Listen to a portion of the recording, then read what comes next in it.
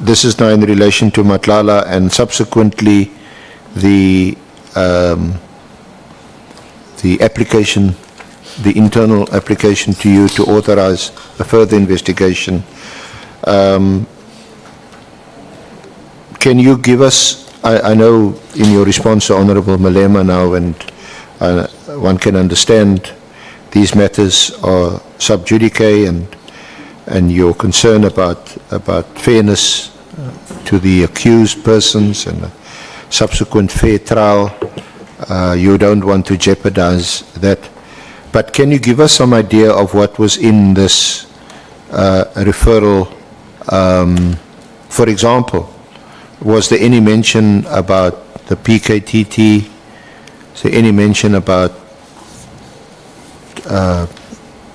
General Nkwenazi? Was there any mention about Lieutenant General Khumalo? Honorable Chair and members, not in the documents that we received. Yes, the referral. Yeah, not in the referral that we received. We received a referral that talks to irregularities in the awarding of the 360 million rand tender to one Vusimuzi Cat Matlala. It refers to police officials, but General Khumalo, General Nkwenazi were not mentioned in that referral. Nor was the PKTT, sorry.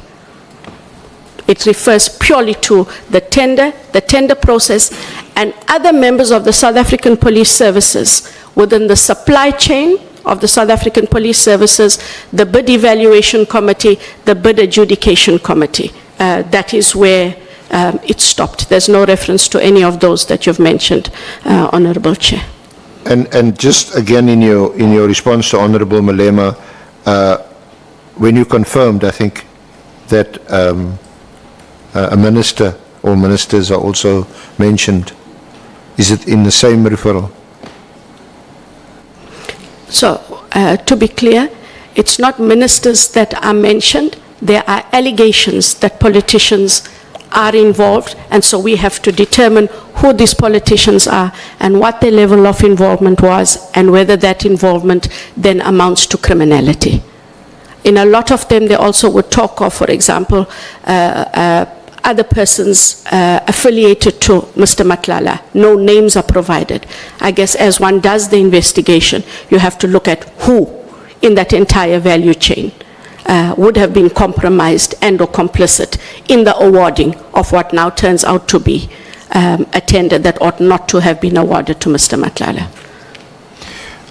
We looked at the investigation into Kat Matlala, and also you were explaining your role in the, we just continue with that from the time, and then there's an application to authorize an investigation or further investigation. Just expand on that. So once the investigation is authorized, Chair, whether it's a preliminary investigation or in our terminology, a full-blown investigation, the investigators and prosecutors that are designated, they sit and work out what the line of investigation is, what evidence or documentation they would require, from whom and where. They have timelines for the investigations, and they will also determine the kind of resources they might require in order to conduct that investigation. And they go about their business.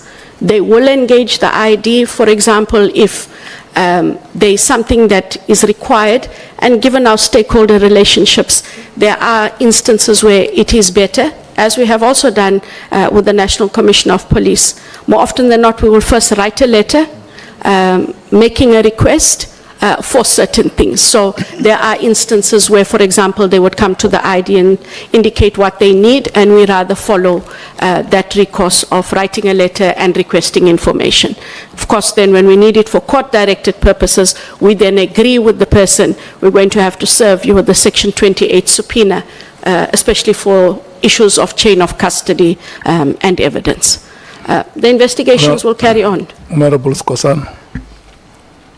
Thank you, Chair.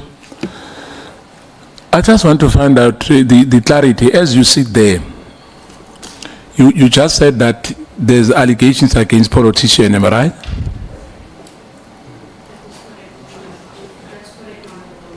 And as you see there today, you don't even know who those allegations against today. I'm talking about today. Chair. I am not saying we don't know against whom. It is irresponsible to be throwing names of persons who might be implicated when the investigation is not yet completed. And so the level of evidence against them might either result in us having to charge and prosecute, or it might be that they are mentioned, but there is no evidence. So the investigation continues. Thank you, Chair. Honorable Ngola, are you fine? Let's see, we may proceed. Thank you, Honourable Chair. Sorry, Advocate Johnson, we were talking about your role, if any, in any, from the time there's a referral through to an investigation and then a decision to prosecute, and perhaps the prosecution itself. Maybe you would become involved if it's Oscar Pistorius, but your role in these matters. So, Honourable Chair and members, once the investigation and prosecution team have concluded the investigation and they have determined that charges can be brought and they have determined against whom, what we tend to do before they put together their charge sheet, or what we also do is we ask them to put together a draft charge sheet, and they would present that matter to myself, some of the other deputy directors of public prosecutions who are not involved in the matter, as well as the head of investigations and operations, Mr. Sissoko. And they'll talk us through the matter so that we can engage and discuss if we see any loopholes, if there's suggestions we can make on things that must still happen. But it's a collective back and forth engagement. And once that is done, the team will decide who the lead prosecutor will be. They'll put together a charge sheet. They'll also put together what we call a prosecution memo. And that prosecution memo, Chair, gets sent to the Director of Public Prosecution, in whose area of jurisdiction the matter will appear.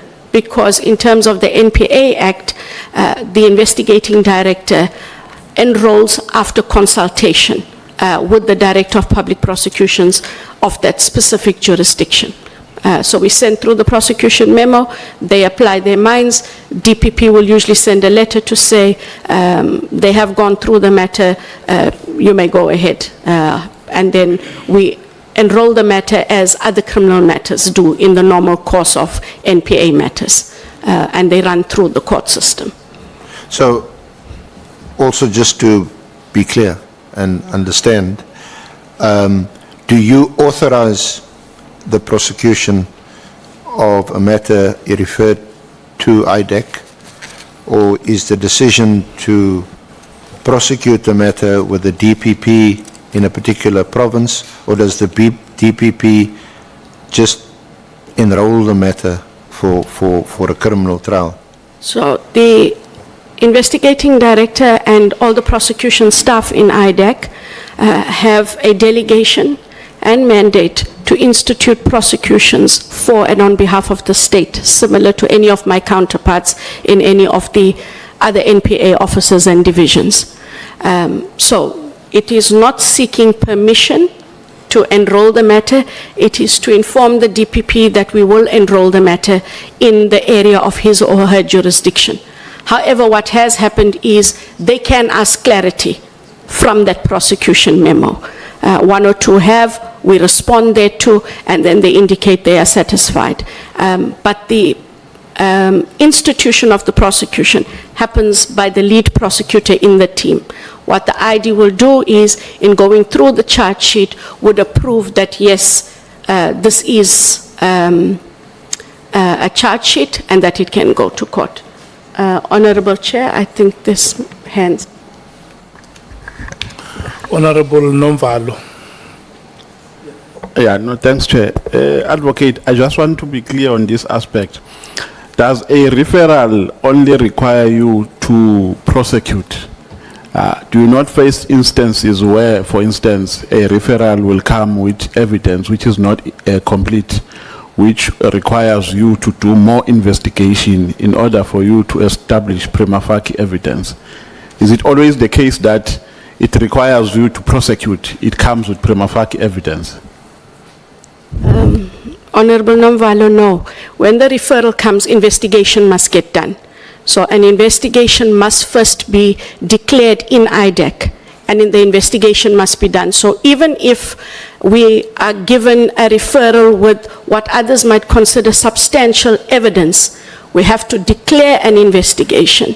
We have to check that that evidence is correct. We have to go back and talk to those witnesses. We take supplementary affidavits if we need to. We conduct further investigation, and only then do we prosecute. So a referral does not allow for an immediate prosecution.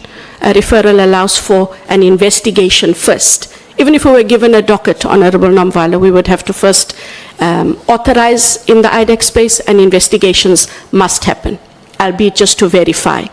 We cannot just run into a prosecution. I'm okay, Chair.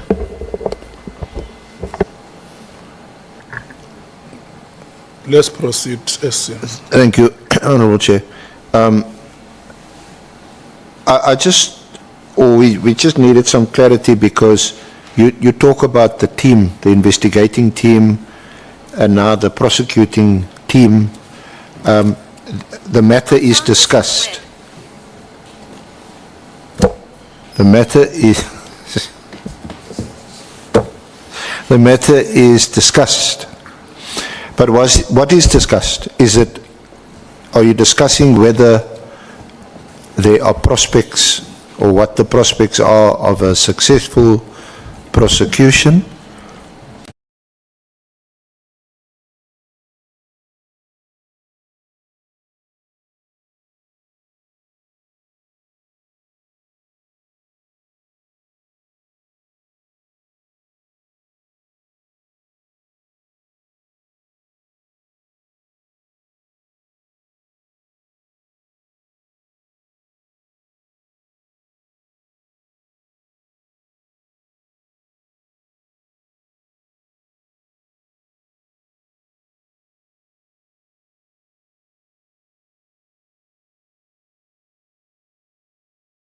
Of a deputy director who would lead the team, and there's chief and criminal investigators. There's a project manager who will manage. There can also be data analysts, and if we need external service providers, external